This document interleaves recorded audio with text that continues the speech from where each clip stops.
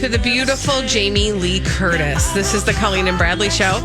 My Talk 1071. I'm Colleen Lindstrom. That's Bradley Traynor. Hello. And why are we singing the praises of the wonderful Jamie Lee Curtis today, Bradley? Well, because she's fabulous, but also I just want to applaud her for having a healthy relationship with social media. And it turns out, apparently, according to a new article, more on that in a moment, plastic surgery.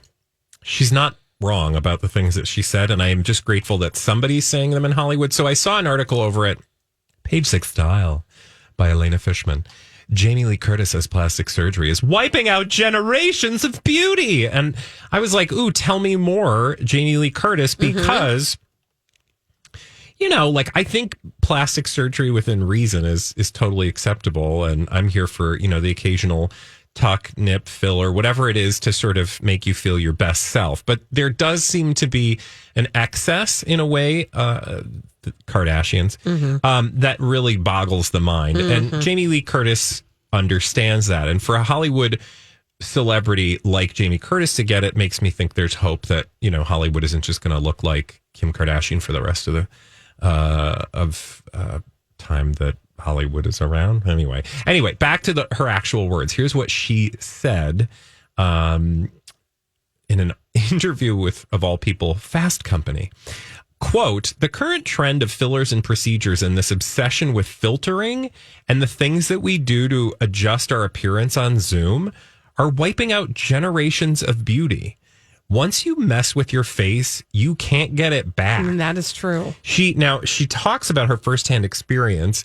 She did have a minor plastic surgery operation back in the 80s, and she was prescribed some painkillers for it because of the after effects. Well, apparently she ended up developing an opioid addiction from that experience, which she kept secret for many, many years. And she went on to say, I tried plastic surgery. It didn't work. It got me addicted to Vicodin. I'm 22 years sober, which cool, right? Like I'm here for that story. So thanks for sharing your sobriety story, but also thanks for having like a healthy view of plastic surgery. Like, it is changing our faces. I mean, we talk about this on a regular basis. It's one thing to, you know, like nip and tuck around the edges, and it's a wholly nother thing to create an entirely different look, which again, free country, go for it. But I just feel like you don't need to go all in. Well, the other thing I think it's doing, and so I get it because I'm an aging person.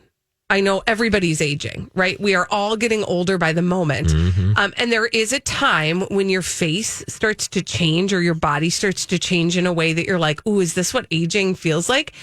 And now in modern times, we have the option of opting out of it, right? That you just go, oh, well, I don't like that. I'm going to not do it. Yeah. And then, just to clarify, you think you're opting out of it. Right. Thank you. Yeah. That is a good distinction. But you think you're opting out of it because that's what the industry will have you believe. It's like, you don't have to age. You can do all of this stuff, which is great. Like you said, free country, do it if you want to do it, whatevs. And I would be lying if I told you that I don't get some things injected into my face from time to time. However, Botox is our friend. The part of what then we're doing is like, it's not just a physical change, but it's also like an emotional change, because we're not allowing, when we make that choice to opt out, and I'm putting that in loose quotes, you're not like going through the natural process of accepting what aging looks like and also feels like. So we're literally like altering ourselves emotionally as much as we are altering ourselves physically. Yeah, and fundamentally, I think it's just a balance, right? Like, you know, people continue to put on clothes and cut their hair and, you know, bathe and occasionally wear makeup or, you know, do their hair. Like, it is a matter of degree, and I think that what she points out in this interview is like, don't go overboard. But also, it's not just plastic surgery, which is why I wanted to give her a big round of applause, because I don't particularly have a horse in that race. Like, I just think we always comment, like, there's this like thing about like women of a certain age in Hollywood where they all start to look like frogs. And it's because whatever they're doing is like on a level that no one else is doing, and it becomes abundantly apparent to those of us who aren't doing it. That's one thing. She also goes on in this interview to talk about her relationship with social media. And I'm like, oh, I'm so here for this too. I want more people to say this. Quote, and she's just so honest and upfront about it. Quote, I use social media to sell things and amplify things that I care about, period. The rest is, well, she says the rest is cancer. I never read one comment. She adds that while they play a helpful role in activism, platforms like Instagram, TikTok, and Twitter can be very dangerous for young people in particular. Now, I might have chosen my words with, cancer there a little bit differently, but she goes, it's like giving a chainsaw to a toddler. We just don't know the longitudinal effect mentally, spiritually, and physically on a generation of young people who are in agony because of social media, because of the comparisons to others. All of us who are old enough know that it's all a lie. It's a real danger to young people. And I love it because she's not saying like light a fire to it, don't ever use it. Right. She's like, I use it, but I know what it is. And I wish that more people would be honest with themselves about that. And I think the fact that she's in a very particular position where it might not actually be that easy to say things like that because of her career and because of the fact that she's a woman of a certain age in Hollywood. Yeah.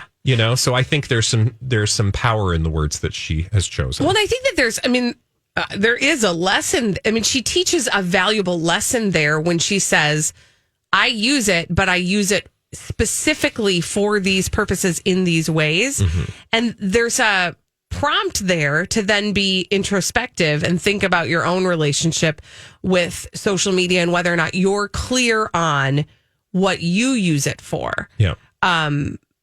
Because I don't know that everybody has given that level of thought to their own social media. Certainly. In fact, I bet most people haven't.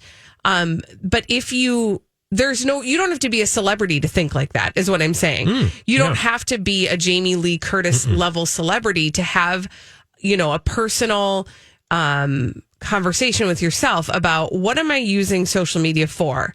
And then when you create those limits, it's easier to then make better choices. But to her point, kids aren't able to make those choices. No, and that's the dangerous thing. And that's the thing I think everybody needs, to pay attention to, because it's one thing for us to have dealt with this. And I think people like Jamie Lee and people down to and including us, because of where we grew up without social media, it's easy for us to have a healthy relationship with social media because we were fully formed before that ever came along. Right.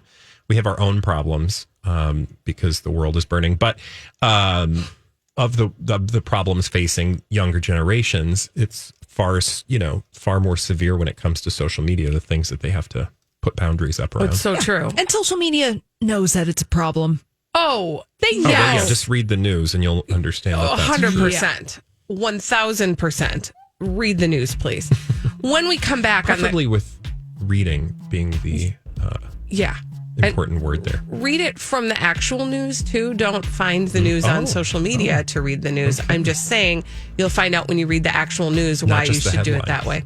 When we come back on the Colleen and Bradley Show, dumb people doing dumb things, we call them crazy, stupid idiots. After this on My Talk 1071.